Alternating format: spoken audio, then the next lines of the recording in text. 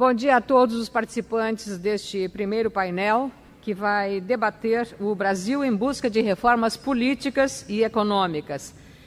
Informo que este painel terá a duração de 60 minutos, dividido da seguinte forma. Cada um dos 3 palestrantes terá à disposição 20 minutos e o restante nós faremos um debate. Eu convido para usar a palavra o Dr. Paulo Guedes.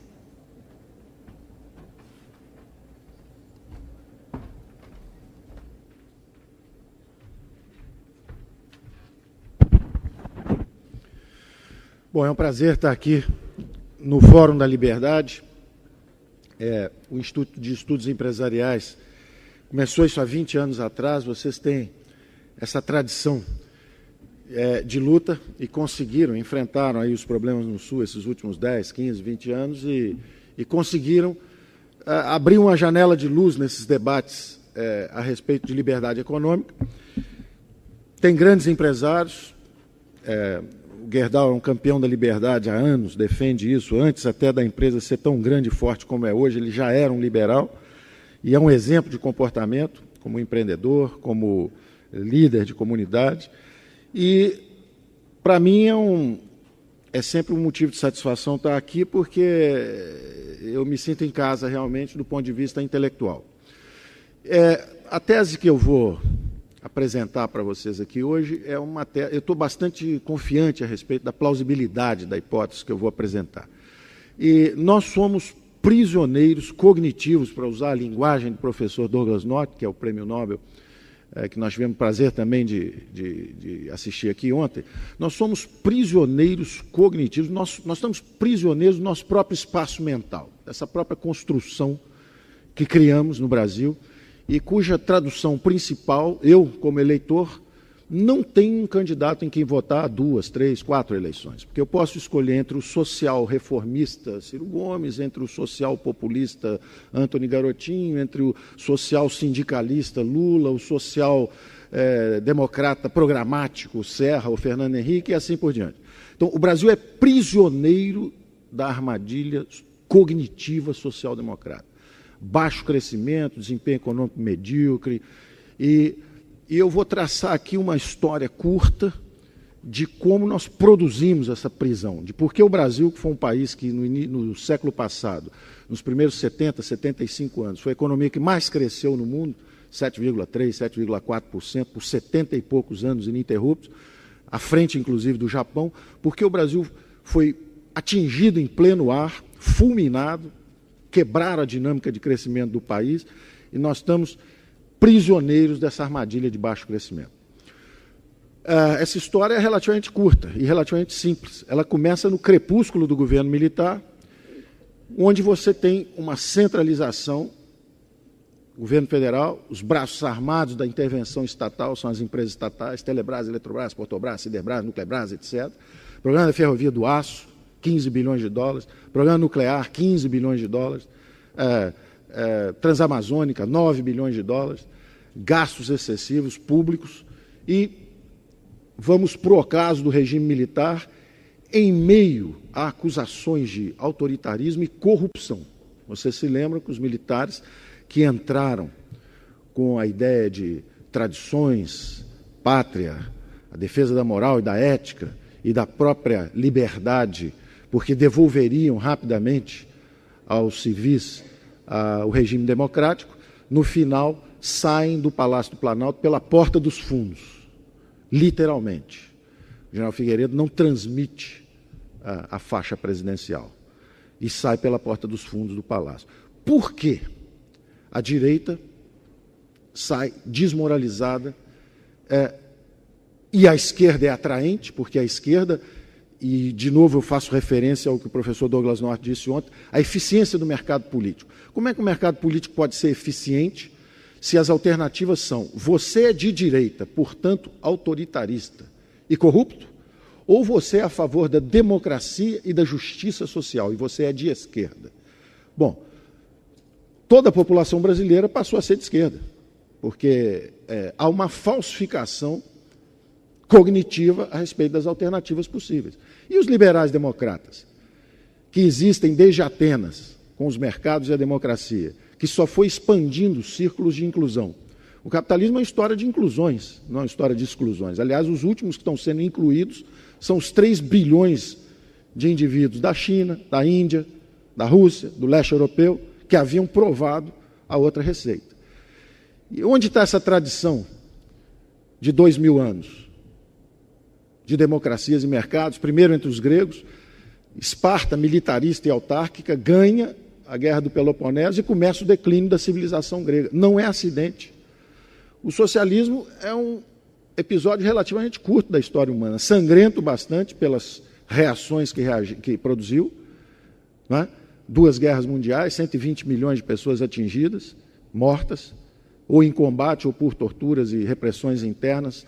A sociedade aberta quase faleceu no século passado, foi asfixiada pelos 2 extremos, pelo socialismo e pelo comunismo de um lado, nas sociedades fechadas, e pela reação nacional socialista, que era o nazismo, de um lado, também extremo.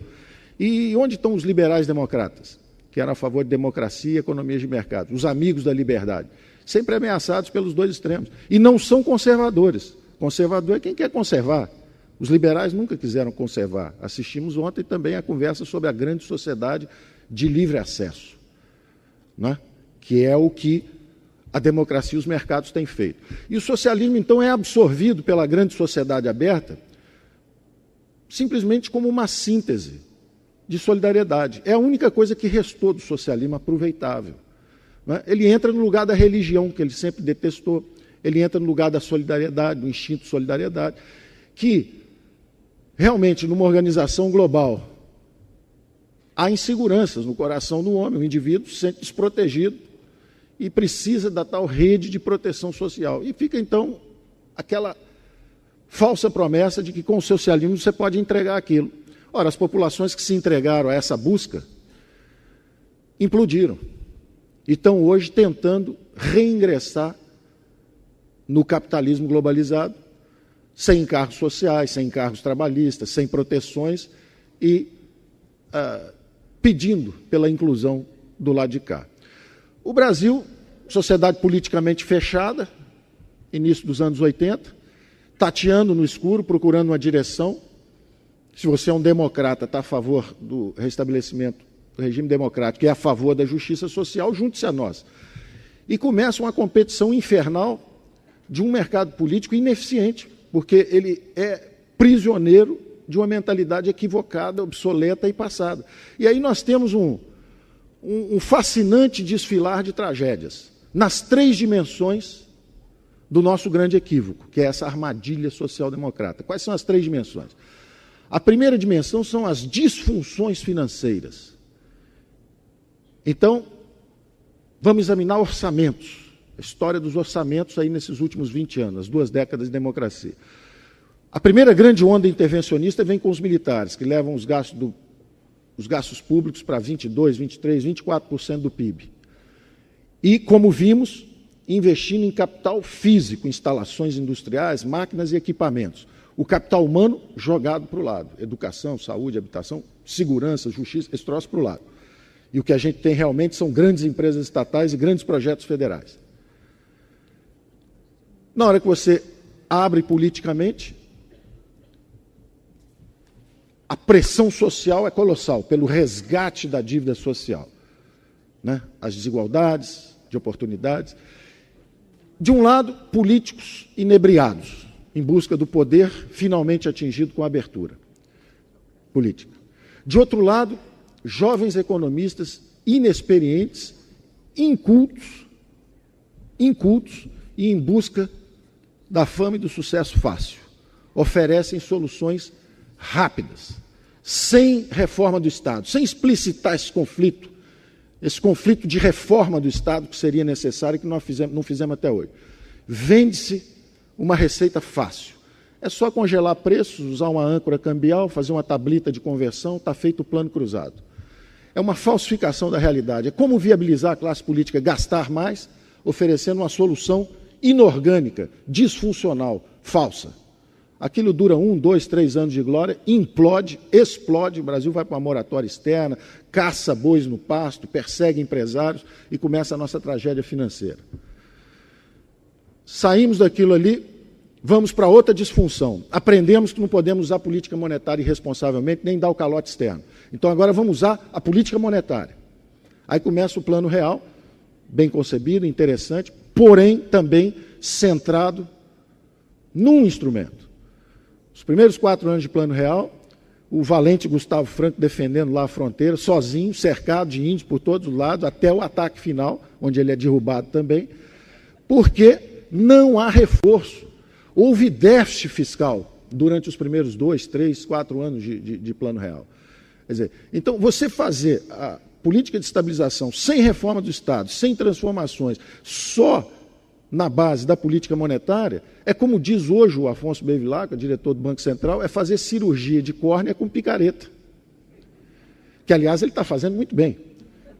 Cirurgia de córnea com picareta. Quer dizer, realmente a meta inflacionária vai ser atingida, agora é um custo elevado, porque ninguém mais trabalha.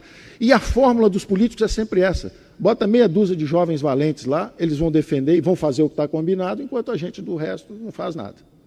Essa tem sido a forma de defesa da classe política brasileira.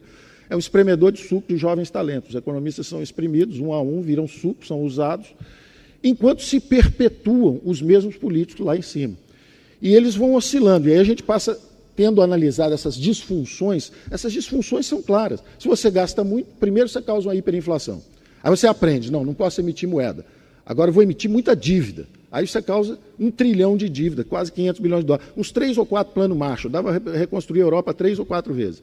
Isso foi o que nós gastamos para estabilizar a economia brasileira. E não está garantido, porque a qualquer momento, se o Banco Central sai, está tudo solto outra vez. É lamentável. Então, são disfunções financeiras que, na verdade, são epifenômenos do mesmo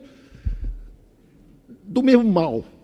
São sintomas epidérmicos do mesmo mal. O mal é um só. Gastos públicos de 20% para 40% do PIB. Bom, isso tem também a dimensão política. Qual é a dimensão política? É a desmoralização de todo o espectro político brasileiro. Primeiro estão desmoralizados os partidos de direita fisiológicos que apoiaram o regime militar autoritário e corrupto. Então vamos agora para o PMDB, que o PMDB é o grande campeão da liberdade, doutor Ulisses, doutor Tancredo, a campanha pelas diretas, etc. Entra lá o PMDB. O que é o PMDB 3 ou 4 anos depois de populismo e demagogia? Com plano cruzado, com coisas desse tipo. Em que se transforma o PMDB? Em algo aparentemente muito feio, porque saem de lá os dissidentes e criam o PSDB em nome da ética. Então, em vez do doutor Ulisses e do Tancredo, aparentemente estariam lá o Newton Cardoso, o Orestes Quercia, etc., e aquilo teria virado um partido de esquerda populista e fisiológico. Então vamos criar um doutrinário e programático, é o PSDB.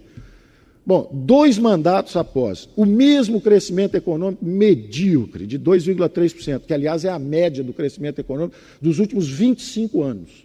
Está todo mundo aborrecido porque o ano passado cresceu 2,5%, eu não entendo o aborrecimento. Há 25 anos que cresce 2,5%. Por que tanta dor?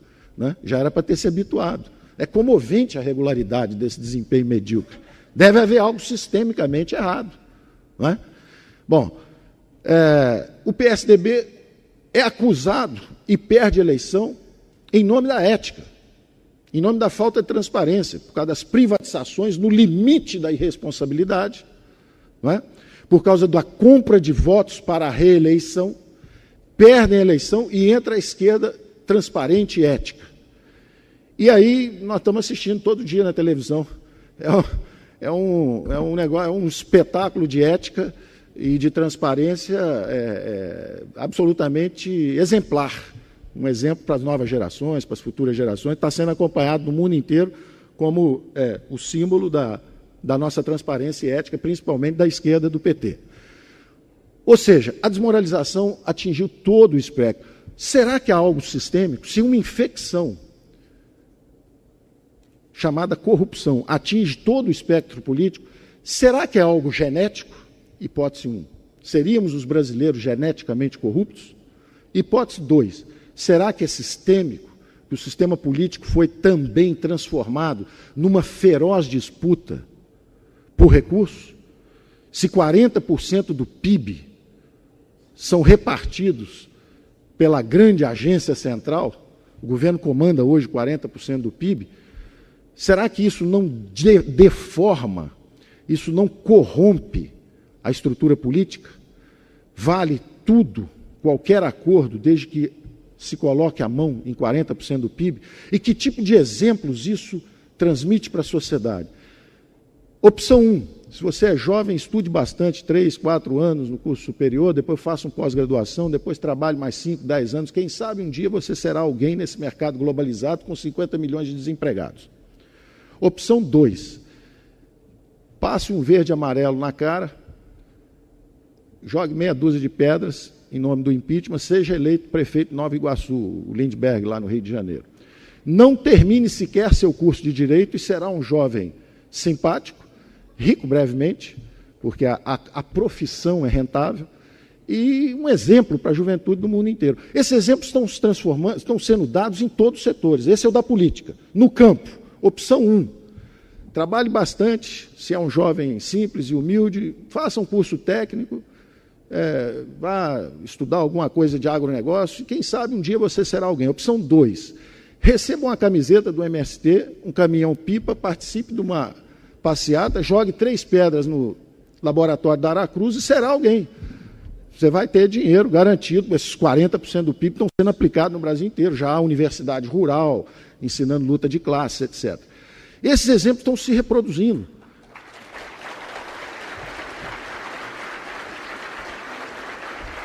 Empresarialmente é a mesma coisa. Opção 1, lute competitivamente no seu mercado e compita com 80 milhões de brasileiros por uma fatia. Opção 2, vá a Brasília, consiga um contrato de fornecimento de material para o Exército, um contrato de fornecimento. Inclusive, se você for estagiário do INSS, você pode, em 3 semanas, conseguir um golpe de 3 milhões de reais. Se você já tiver mais tempo de prática, 10 anos, 15 anos, você pode fazer como a Georgina, são 100 milhões. Mas se você for estagiário talentoso, 3 milhões de reais é coisa de 3 semanas, como estagiário no INSS. Bom, esses exemplos estão se multiplicando, estão sendo dados. Essa carga de valores que nós estamos transmitindo para gerações novas. E, finalmente, a terceira dimensão dessa tragédia brasileira. A primeira era justamente as disfunções financeiras, não é? A última delas são os juros astronômicos, o câmbio baixo, são disfunções financeiras. A segunda é essa disfunção política. E a terceira, finalmente, é a estagnação econômica. É o Brasil parado. O Brasil parado, esperando reformas, e que vir aqui pedir votos dizendo que vai modernizar o sistema de previdência. E quem é o social-democrata que tem coragem de dizer que quer mudar as relações de trabalho? A legislação trabalhista obsoleta, anárquica, injusta e impeditiva da criação de empregos. Porque a população economicamente ativa brasileira, 80 milhões de brasileiros, 50 milhões não têm carteira de trabalho assinada. Estão fora do mercado, estão excluídos. Perderam os empregos para os chineses. Não é? E o câmbio é o sinal que está chegando.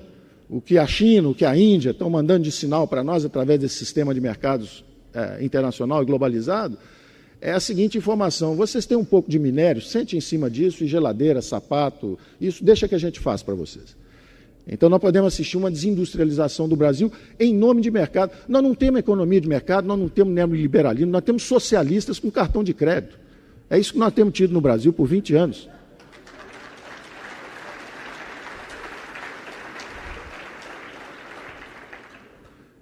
E hoje, o desafio da estagnação econômica é o seguinte: você tem uma bola de ferro na perna direita, que é excesso de impostos, a bola de ferro na esquerda, juros elevados. As mãos amarradas são os encargos sociais e trabalhistas. E alguém diz assim: agora corre que o chinês vai te pegar. É isso que nós estamos vivendo. Então, eu fico por aqui, em termos de tempo, volto ao assunto depois, mas o que nós precisamos justamente é escapar desses limites cognitivos da social-democracia brasileira. Nós precisamos da liberal-democracia, que foi o que produziu a reconstrução da Alemanha e do Japão no pós-guerra.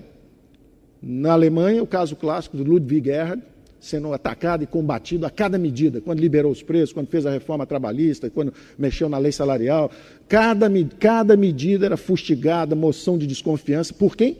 pela social-democracia, o SPD. E depois que o milagre é feito, ele é exibido em vitrines socialistas. É sempre assim. Quer dizer, tem o Ludwig Erhard, 10 anos, conserta a Alemanha e projeta para cima. Aí entra o Willy Brandt e a social-democracia e exibem os produtos da reforma liberal em vitrines sociais-democratas, porque a reforma é tão poderosa que você pode exibir por 15, 20 anos antes de dar problema de novo.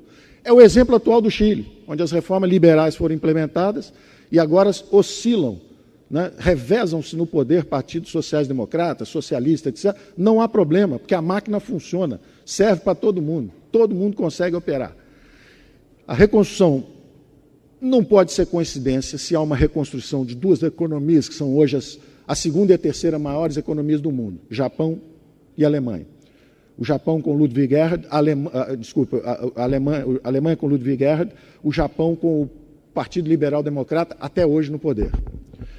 Não pode ser coincidência se você faz, desde pequenos países, como, na verdade, cidades-estados, como Hong Kong, Singapura, e, ao mesmo tempo, funciona num país de dimensão continental, como hoje estão tentando se modernizar, China, Rússia, Índia, etc.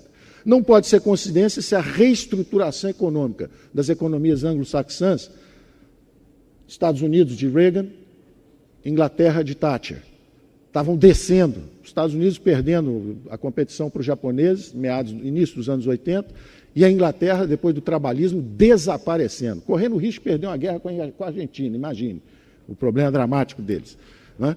E, de repente, aquilo renasce e se dá o luxo de abrir mão do euro, fala, não, eu vou ficar fora porque vocês aí são meio complicados. E está fora e virou umas economias, se reergueu. A economia inglesa é outra economia hoje, uma das menores taxas de desemprego, grande crescimento econômico, quer dizer, ressuscitou. Depois do trabalhismo inglês, a Inglaterra ressuscitou. São exemplos demasiadamente claros, recentes, históricos, para serem ignorados. Não é coincidência. E a grande sociedade aberta, na verdade, por uma concessão dos que tiveram a vitória intelectual, porque, na verdade, não houve empate, não. Houve a derrota do socialismo como um equívoco intelectual. A paz do coração, perfeito. Solidariedade, utopia, irmandade, tudo isso será preservado. Isso nós vamos absorver, é a síntese da sociedade ocidental. Mas a vitória intelectual foi completa. Democracia, economias de mercado e a ação social descentralizada do Estado. Essa é a grande síntese. Tem lugar para o socialista? Tem. Vem cá, nos ajuda aqui no programa Voucher para os estudantes que precisam de oportunidade nas escolas. Está aqui, vamos expressar a sua solidariedade à rede de proteção social desta forma. Não como uma engrenagem de produção na economia, porque foi um desastre completo. Então, eu termino dizendo o seguinte, esse tipo de fórum, se tivesse acontecido em todas as capitais do país, nos últimos 20 anos, como tem acontecido aqui, o país seria outro. Porque aqui você tem essas luzes que permitem que se vá além desse paradigma social-democrata que aprisiona a elite intelectual brasileira, inclusive a elite empresarial. O que você mais vê é empresário, não só indo a Brasília para conseguir as encomendas, mas como depois fazendo também uma ONGzinha para dar uma ajuda a meia dúzia de pobres ali na vizinhança dele. Que é muito meritório, mas que realmente não é o principal foco. O foco é se você crescer 4, 5, 6, 7% ao ano, como o Brasil pode crescer, recuperar essa dinâmica de crescimento, você vai tirar os 80 milhões de pessoas das faixas mais baixas de renda. É assim, é com crescimento, trabalho em 1, 2, 3 gerações. Não há outro caminho. E a globalização vai nos mostrar. Da mesma forma que a associação da direita, do ponto de vista político, foi mortal nos últimos 20 anos e eliminou a direita, você não encontra ninguém de direita no Brasil. Quem é direita? Você fica olhando, não tem. Ninguém é. Por quê? Porque foi mortal essa associação política com o regime fechado. Vai haver um problema na esquerda agora, que é o seguinte, ser social-democrata, em meio a uma onda de globalização, vai extingui-los como espécie. Ou eles mudam, ou eles serão devastados por essa onda de flexibilização e construção de instituições novas e flexíveis que o Brasil precisa. Nós precisamos destruir interesses entrincheirados e instituições superadas e criar instituições novas e flexíveis que nos permitam a sobrevivência econômica e, principalmente, para você poder dizer que tem uma classe política que mereça esse nome, né? Uma classe política nacional que mereça respeito é alguém que produz uma ordem institucional que nos permita sobreviver economicamente nessa competição global. Se a classe política não conseguir entregar isso,